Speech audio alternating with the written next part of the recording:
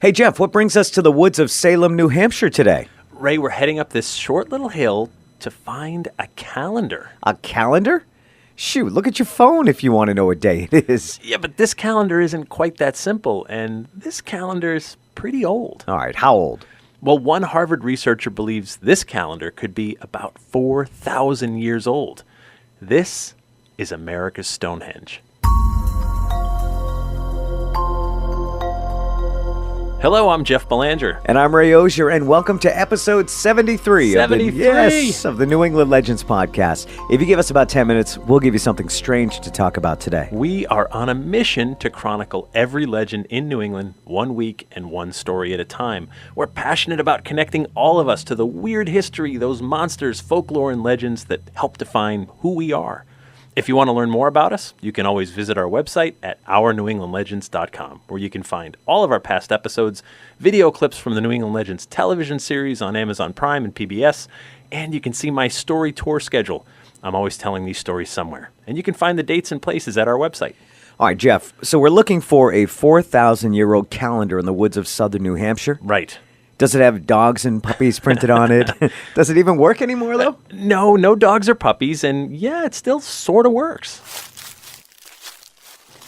All right, you mentioned this place is called America's Stonehenge. So I'm guessing we're looking for some giant rocks placed here by people long ago? We are. And a couple of years ago, I had the chance to visit Stonehenge in Wiltshire, England. Wow. The original. And I remember driving along the A303, which is this highway that runs right next to it. And you go through this beautiful English countryside with these rolling grassy hills. And then all of a sudden you crest the hill, and there it is right over on the right. And everyone's like, oh my God, that's Stonehenge. I mean, it causes rubbernecking on the highway when you see it.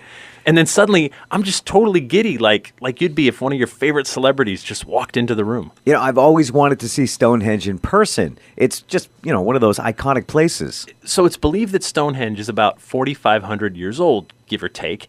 It's a burial site, a sacred site, but it's also this huge celestial calendar.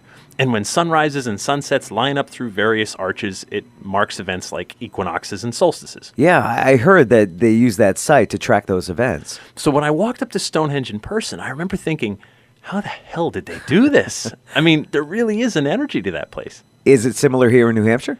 Similar in a way, but this place looks a little different than its British cousin. I've been fortunate enough to get up here several times over the last, really, 2 decades. Okay. Right up here is where it is. Tell us what you see, Ray. Okay, let's see. I see some stone walls that don't look all that different than colonial stone walls I've seen throughout the woods back home. Right. I see some stone chambers, but they're pretty small. Mm-hmm. One is about the size of a cooler you might bring to a beach. Mm-hmm. This other chamber to my right looks big enough to walk through. And all of them are situated around this bald hilltop. It's basically bare rock all around us up here. When I visited Stonehenge in England, I asked, how the hell did they do this? And the first time I came to America's Stonehenge, the question I asked was, why the hell did they do this? Well, I get that. And I'm right there with you. I mean, why these chambers? Well, let's walk through some of them. All right. I had to duck a bit to get through this tunnel lined with stones on both sides. It's not very long, maybe 20, 30 feet. Right. And there's a few side tunnels or little alcoves, but they don't go anywhere. Next, we'll head a little further up the hill to this central point of the site. All right, there's plenty of forest around us, but it looks like some large sections of trees have been cleared running down to the other side of the hill. So looking around, Ray, you have to remember that this forest is relatively new. I mean, just a century ago, this would have been a clear hilltop.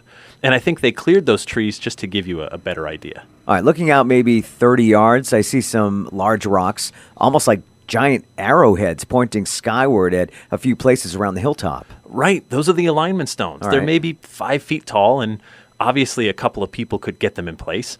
And if you look at the sign here in the middle, you can see which alignments mark which events. All right, I got it. So we're facing west right now. Right. And when the sun sets along that rock lining up with us here in the middle, it marks the summer solstice. Exactly. That's how the whole site works. If we turn around 180 degrees and face east, that sunrise along that stone marks the winter solstice. Right. And they have other stones that mark the equinoxes, which of course are spring and summer. And they have stones that also mark sunrises. So I guess you can follow the arc of the sun on those specific days? Right, this is a place to measure time on a seasonal scale. But check these alignment stones right over here. Okay, that one to the northwest says November 1st sunset. Right. And the other to the southeast says May Day or May 1st sunrise. All right, what's the significance of that? So those are called half holidays in many traditions throughout Europe. If you look all over the world, there's significance tied to 4 major moments of our calendar year: winter, spring, summer, fall. They're huge. But halfway between each of those are 4 moments that are also significant. November 1st is halfway between fall and winter. March 1st is halfway between winter and spring. May 1st is halfway between spring and summer. And August 1st is halfway between summer and fall. All right, are those also significant holidays? Well, they sure are. I mean, November 1st, for example, is Samhain, which is pretty much Halloween today. Oh, okay. And then there's May Day, too, or Beltane, which is another pagan holiday. So whoever built this site cared about not just seasons, but the half holidays. Exactly. So how do we know this site is 4,000 years old? There's a couple reasons for the ancient date. First, these alignments, they're a little bit off. All right, what do you mean by off? The celestial events like seasonal changes no longer hit directly on the mark on these stones because the Earth wobbles a little bit as it spins on its axis. I mean, it's tiny, but over centuries and then millennia, it starts to add up. Yeah, I could see that. But they also found artifacts here with strange writing on them. Some are on display just down the hill in the museum. In the 1970s, Dr. Barry Fell from Harvard University came here to study the inscriptions, and he believes he may have found Phoenician and Iberian Punic script on some of the stones. And he published his findings in his book titled America BC. Phoenician? Like the Middle Eastern Empire that flourished thousands of years ago? Yeah, that one. Oh, what were they doing over here? We're not sure. If they came here, they left few other clues. Isn't it possible that maybe some European colonists lived around here a couple of centuries ago, maybe brought over some ancient stones and tablets from their collections, and they wound up getting stored and forgotten around here? Yeah, I think you have to accept that as a possibility, sure. Plus, I looked into this, and there isn't a lot of data on Phoenicians exploring much beyond the Mediterranean Sea. Yeah, I get that too. It's tough to contemplate this small group making it all the way across the Atlantic Ocean only to build this calendar in New Hampshire and leave no other traces. But that's what I love about this mystery. It begs big questions, like maybe there was contact many centuries ago. America's Stonehenge opened as a museum that you can visit back in 1958, shortly after it was rediscovered and pieced back together again. So it hasn't looked like this for thousands of years? No, archaeologists have put it back together, Jeff. Oh, I got it. Okay. But all this seems like a lot of trouble for a calendar. I mean, we live in New England. The seasons are pretty obvious when they're here.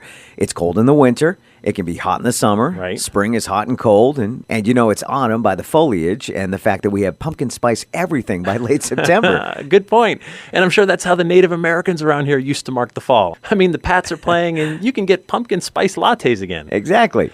But the bigger point about calendars is that up until just a few centuries ago, calendars were a matter of life and death. I mean, your community would have honed their calendar year by year, generation by generation, because if you mess up your calendar, you die. Ugh. And not just you, your family, your neighbors, everyone dies if you mess this up. All right, explain that. Well, once humans moved on from hunting and gathering, we put it all on the line with our farms. If you don't plant at the right time, harvest at the right time, hunt certain animals at the right time, it can spell disaster for everyone. The timing of these events would have been fine-tuned over generations until they understood that the best results occur when we plant certain seeds when the sun and moon are positioned here, and we hunt deer when the sun sets there. A calendar like this one would have been the most important site in an entire community. And I'm sure that over many lifetimes, these rules of the calendar wouldn't just be guidelines. I mean, considering the sun and moon dictate the rules, it'd be easy to assume these are rules handed down by God or gods. Yeah, that's right. And anyone who's ever planted so much as a garden knows that even when you follow all the rules, sometimes things still go wrong. Sure. I mean, there can be droughts, blights that kill a crop, diseases that can wipe out animal populations. Yeah. Those things happen. They do. And if you followed all the rules of your sacred calendar and something went wrong, then your gods must be angry. And angry gods must be appeased.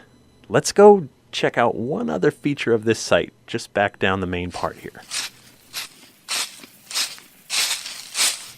All right, we're back here by the various stone chambers, but check out this rock. It's a thick piece of flat stone the size of a table.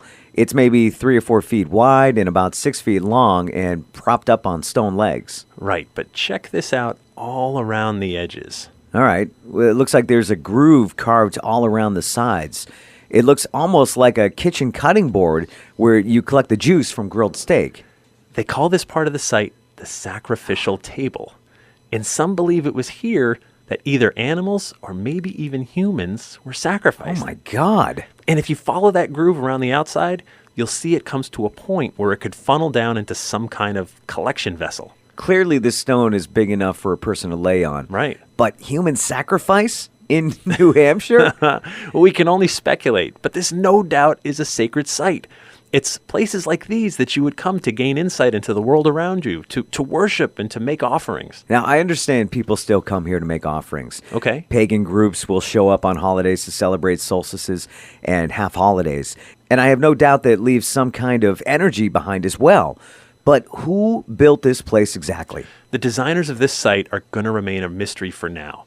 It's similar to certain Celtic sites in Europe, but it's also not the only stone chamber in New England. Now, people assume that Native Americans of this region didn't build stone structures, but you don't hang in these parts for thousands of years without making an observation or two. Right. There are dozens of other alignment stones all over New England.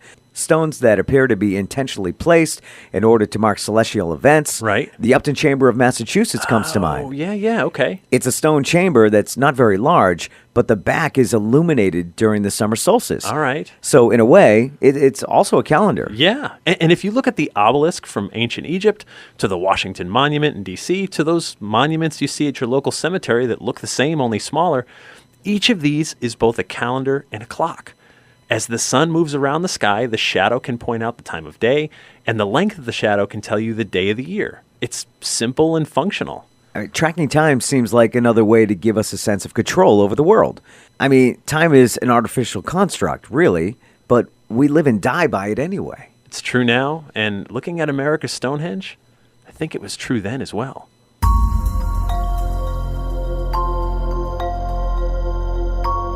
If you want to see some pictures of America's Stonehenge by the great Frank Grace, head to our website at OurNewEnglandLegends.com and click on episode 73.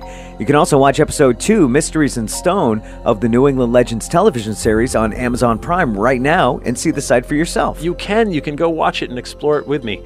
Ray, we got a text on our legend line this week. That's 617-444-9683, where you can call or text us anytime. So this text is from someone who calls themselves Fan from Maine, and it's about last week's episode.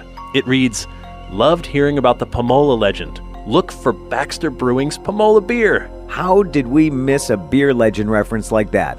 Well, I'm glad we have legendary listeners like our Fan from Maine to keep us honest. That or, Baxter Beer should maybe sponsor us. I like that idea. Our theme music is by John Judd. And until next time, remember, the bizarre is closer than you think.